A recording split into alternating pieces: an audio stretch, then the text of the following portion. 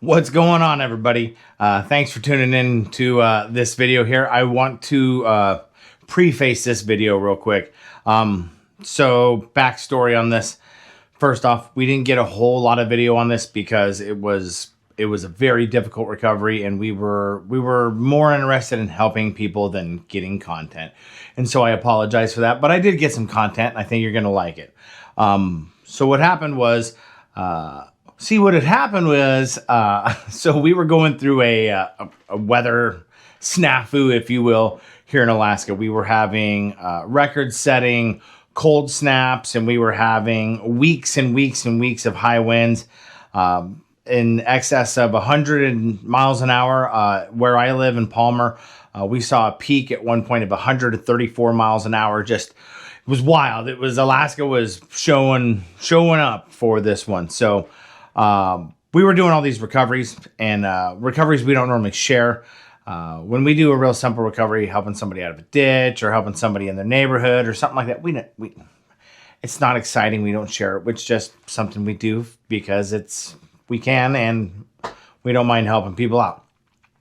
So we were out doing a few of those, and so we were paying really good attention to the Facebook help pages. That's typically how we find out about our recoveries. And we noticed Tim and Eden and the situation they were in. Of course, Tim from Truckhouse Life and Eden from Eden Out There. And I had never met either one of them personally before this. But now we're pretty good friends. So shout out to Tim and Eden. But they were in a situation, and it seemed like they could use some help. And so I kind of picked up on it and started getting curious about it. And I knew some folks that knew Tim personally, and they knew how to get in touch with him. So I told them, go ahead and reach out. But then I started getting bombarded. People started sending me screenshots, information on it. Hey, are you going to go get this one? Hey, why don't you go get this one? Hey, this would be a good one for you. So it kind of became a thing where we needed to go do it. One, we needed to go do it because Tim and Eden really needed somebody's help, and they weren't able to find it. And two, I like it when we can help people in situations where it seems like nobody can help them. So here's the video on it. I'm going to do a couple more of these, jump in there and give you some information throughout the video. Hope you like it. It was a crazy one. Make sure to go check out the other videos from Tim and from Eden and from Cooper. So that'll be on Truckhouse Life, Eden Out There, and Trail Toys Off-Road. Big shout out to Cooper on this one. He was essential in getting this one complete, and couldn't have done it without him. So here we go.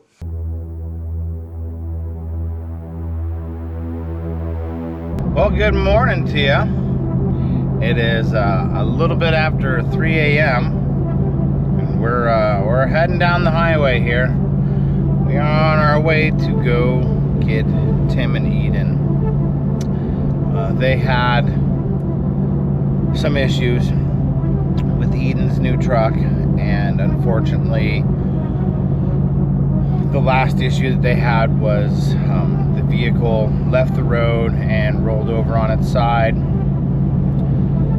knocked a tire off the bead, and they're stranded in no man's zone. They are between the U.S. Customs and the Canadian Customs, which is technically Canada, but it also means that neither Canada or the U.S. will help, and there's no service vehicles or tow trucks available to go get them. And they've been there for a little bit now, and so we've seen that go out on social media, and we reached out, and a few people we know reached out on our behalf and said, hey, Happy Hendricks can do it. And so we ended up getting in contact with Tim, and we're gonna go get this taken care of for him. And of course I got my good buddy Cooper with me.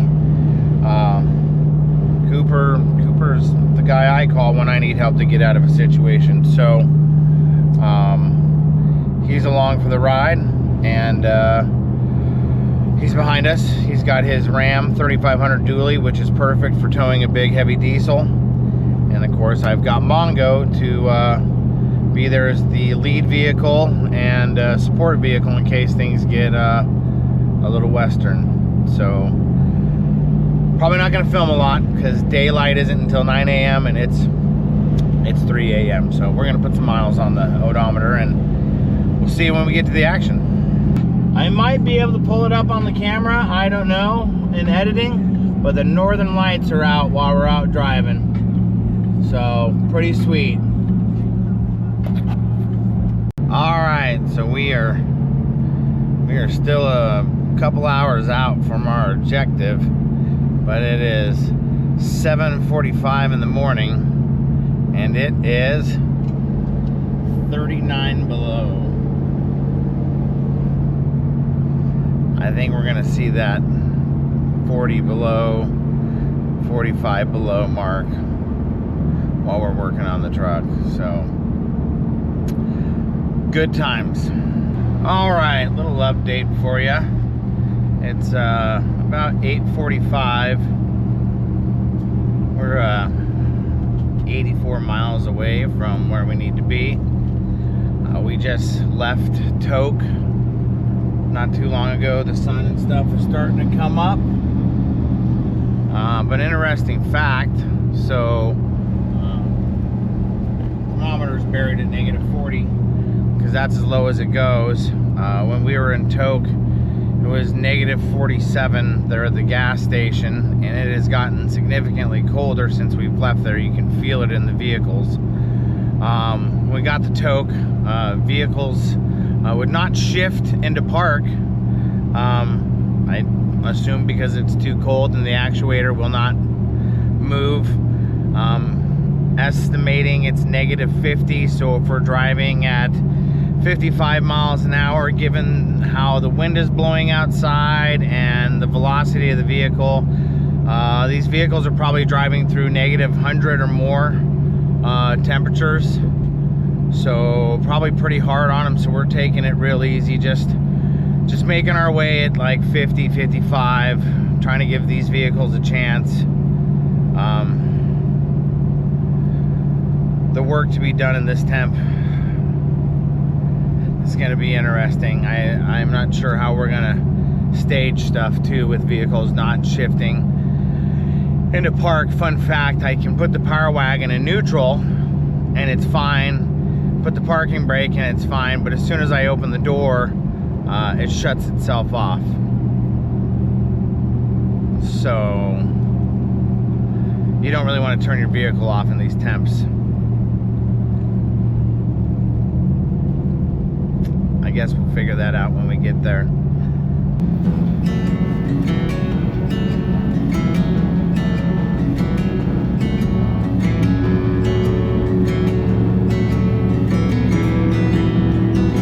It is 10 a.m. It's warmed up to -36, and the sun is just starting to peek up over the mountains. Everything still froze up pretty good enough to where the vehicles won't shift out of gear. They'll shift into drive, reverse, and neutral, but none of them will go into park. And we're gonna have to probably flat tow a completely dead and froze up Power Stroke. So we'll probably use some short leads, maybe some 20 footers, maybe even down to 10 foot. We'll see how good the brakes work and what the terrain looks like. I think we're gonna go in and scope it out first before we try and pull it out. Do a recon. We'll get it out. You know, it's Happy Hendrix. It's just, this is an interesting one for sure. All right, we continue our journey. Check that out. We're closing in.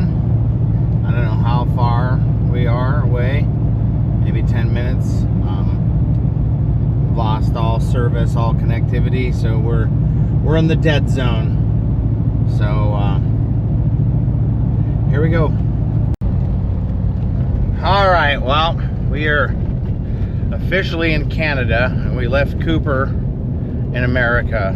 Apparently, if we cross a fictional imaginary line and then we cross that imaginary fictional line again, we've illegally entered and left Canada without documents. I'm going to save you this big long rant I went on here. I've got several notes. You're going to hear from me a few more times. Essentially what happened was they were 1.2 miles from the U.S. Customs. And you could see where they were from the customs checkpoint. But according to the U.S. Customs, once you go past that U.S. Customs, you've entered into Canada. And if you go under there and then you come back out through U.S. Customs, you have illegally entered into Canada. And if you go to the Canadian border, they want you to check in and go all the way actually into Canada and then go back out and then check in through U.S. Customs. And the issue was I could not take the trailer that we had into Canada. Like there was legal issues with that, with insurance and things like that. It was one of those things that I can't do. And so it became a game of where the U.S. said, it's Canada. And Canada said, well, that's the U.S. And then the commercial carriers were like, well, can't go there. That's Canada. Well, you can't go there. That's U.S. And it became this whole big ordeal over this gray area between the two customs. So ended up having a conversation with them, and shout out to the people that were there that day. You're good human beings and you did the right thing. We were able to drop the trailer. Everybody checked into both customs, made sure everything was good, and then they allowed us to go into that weird gray area, load up the truck, and then get it to a safe spot where we could secure it, and then get it out of there and get everybody home. So thank you to those individuals for not making this an international issue and just being good people. Thank you. All right. Well, we had to drop the trailer in the U.S. because we can't take the trailer in the U.S. And we're working on getting everything strapped down. Currently sitting in the truck, trying to warm up. It's terrible. Thing won't go into park, nothing.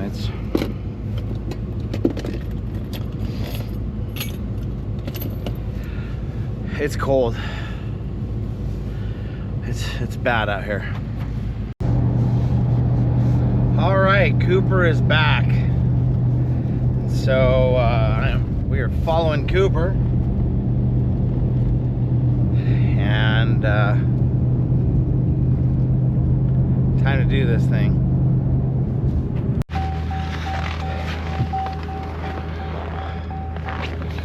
All right, we're right here. Right there's where we went off the road. So here's Timmy. Here's the fending truck. And it looks like they did get it jacked up. So we might be able to get this swapped over.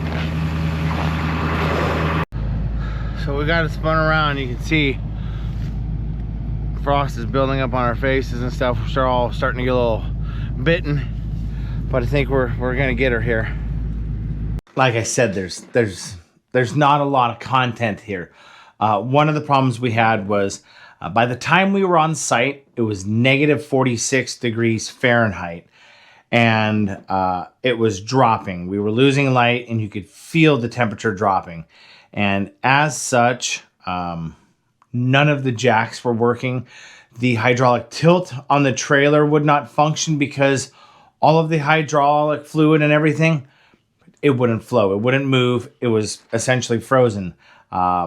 Windshield wiper fluid was freezing. Diesel fuel was gelling up with anti-gel in it. It was so brutally cold, and with the wind. And so we ended up having to, in the middle of the road there, Cooper was parked and he had the trailer, and then Tim was behind him, and we were trying to get Eden's truck up there, right? And so in order to get it up there, we ended up having to put a bottle jack under the tilt trailer so it would hold the tilt trailer tilted. And then we pulled the power wagon up beside Cooper's truck, which the trailer was attached to, and we stuck our front left driver's tire into Cooper's rear left driver's tires and kind of pinned my truck into his and used my winch, redirected to the tongue of the trailer and then to Eden's truck to winch Eden's truck up onto the tilt bed. Once we got it on the tilt bed, then we had to put enough weight on the back of the tilt bed to relieve the pressure from the jack, which then allowed us to hook the winch back up again and pull the truck and the trailer tilted, lock it into place, and get the truck forward. But we did not have time to secure the truck properly where we were. We were literally on the side of the road, and there's semi trucks flying by and people that weren't paying attention. I mean, we had cones out, everything. People just, they didn't care. It was very slick area. It was dangerous. So we Rochambeaued and did this trickery and got out of there as soon as we could. Oh. So, got the power wagon. We got Cooper's rig. We got Eden's rig up on the trailer. Tim and Cooper strapping it down. Timmy's truck's over there.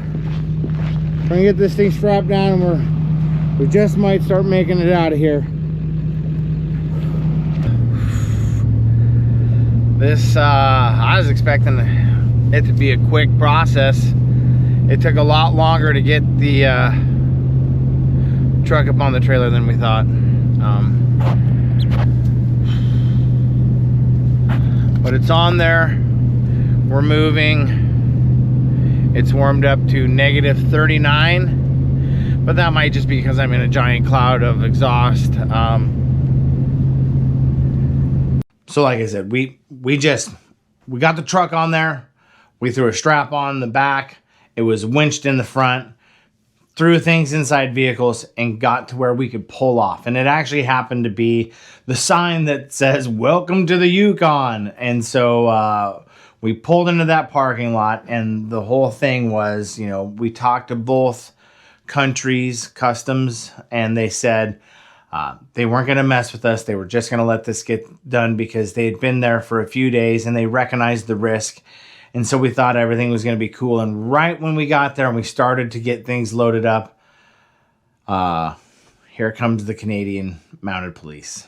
They pull in and we're like, okay, well, the RCMP is going to give us a bunch of guff now for being here. And we almost got away with it, right? And the dude gets out and comes over and goes, "Hey, you guys need any help moving anything or loading or securing? I'm happy to help." And just hung out the whole time and helped us and wished us well and just was a cool guy. So a little heart attack moment, but yeah, this guy came through, helped us secure everything, made sure we were good to go, and then wished us well upon our way. So shout out to all my Canadians out there. Thanks for being cool. Yep, good. All right, well, there we go. We're all strapped down. Everything's secured as we think. So I guess we try. Well, we are settling in for quite the drive. We got about 9 hours of driving to do if you do the speed limit, and we are currently doing significantly under the speed limit to keep everything safe and secure because the bed is not exactly the most stable orientation on the flatbed. So we've probably got 11 or 12 hours before we can dump the truck, which will put us there at 4 a.m. and then however long it takes to dump the truck, which could be an hour or so, and then back home, which will be another 2.5, 3 hours. So really, 30-hour straight recovery, probably what we're gonna have. All right, so this is where things really just started to pile up. We were getting low on fuel. It took so long to get things set up and get the vehicle on there, and back and forth to Canada. And Cooper was getting really low on fuel, and he had about 30 miles left of fuel, and we had about 30 miles to go. But Cooper was towing a big heavy truck. It's really cold out. We're going slow. So by the time we reached Toke, no more fuel, low fuel light on. Oh man, this is a situation. Get to the first gas station and the pumps are gelled up solid. Nothing's working. So they go to the next gas station, and Cooper was able to get fuel there, but then the pumps stopped working before Tim could get fuel. But they got the pumps working at the other gas station, so Tim had to go back to the first gas station and get fuel there. Things just started to spiral. At this point, it was negative 56 below. It was about 8 o'clock at night. Eden had called ahead to this Thai place in Toke and had ordered us dinner. So the plan was we were just going to fuel up, and we were going to get dinner and enjoy a nice little meal and then continue on our way because we had a long night ahead of us. And we get there, the fuel pumps are froze up. Okay, so we get fuel. We go to the Thai place. We get our food. We're hanging out. While we're sitting there, Tim's truck starts to gel up just sitting in the parking lot. Starts running bad. So we're kind of working on that. Air is leaking out of Cooper's airbags. So we're trying to fill those up. And so I'm being a bum, and I'm sitting in my truck, and I'm eating as much as my food as I can before we have to take back off. What's up? We made it to Toke. It is 51 below. The diesel fuel pumps are gelling up. I can't get the truck to shift into park. And now it says the transmission needs serviced. We've got at least 8.5, if not longer, 8.5 hours or so before we get. And we're currently putting air in the airbags on the tow rig because it keeps losing air because it's so cold. It's bad. So they're airing up the airbags, bringing Cooper over there. I'm sitting in the truck getting warm. And I'm sitting there, and all of a sudden my truck starts making noise, and I look down at the dash, and it's the TPMS gauge, and my front right tire is going 20, 19, 18, 17, 16. So I pull over real quick where I could do a tire change if necessary, and get over there. And by the time I got out, we were sitting on rim. One of the slashes in the side of the sidewall from Sand Hollow or Moab or any of the trails I've been on over the last summer beating on the truck. I knew there was some damage to the sidewalls and stuff, but it hadn't been an issue. But at negative 56, that sidewall let go. Luckily, I had a full-size spare, put it on there, and was able to get that done. But changing a tire at a negative 56 below zero was an experience I don't ever want to have again. From at this point, we were over this. Tim and Eden had been out there for multiple days now. I think the warmest they said it ever got was like negative 20, which is just, that's brutal, especially when you're living in the truck house on the side of the highway in the no man land. So we took off from this point and we just motored it home. We ended up going from Toke, Cooper Tim and Eden went all the way to their Tim and Eden's home, and I myself, being that their home was not too far from our home and we weren't going to do anything else but get home, they offered their home to Cooper so he could stay the night, and I turned off before we got to their place so I could go to my house. The plan was I would come over the next day and we would get the truck off the trailer. I'd grab the trailer back from Cooper, and we'd be done with this. Well, good morning to ya. We're trying to wrap up this recovery. Let me show you something cool.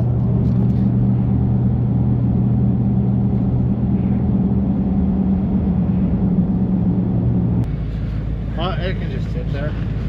We need somebody in there doing braking and stuff.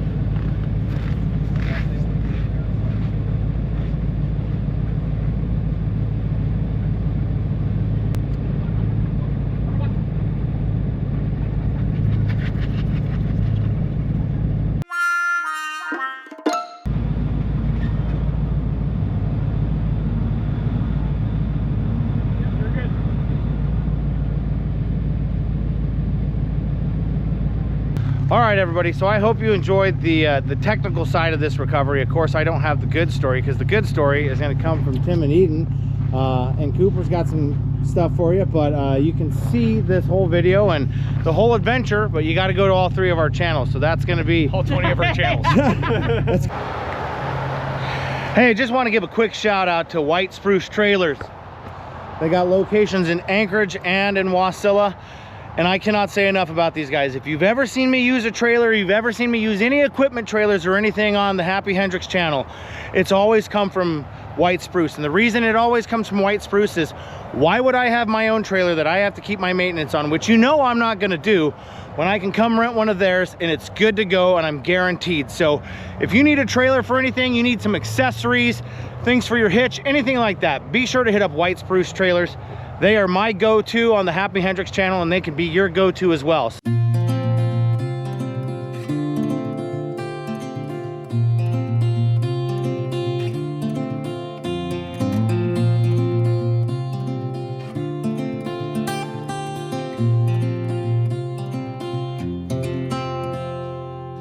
I ain't afraid of the dark, 'cause once you let the light in, you won't see the beautiful stars shining down from afar. No, I ain't afraid of the dark. I don't mind the rain, bringing life back. We can breathe again when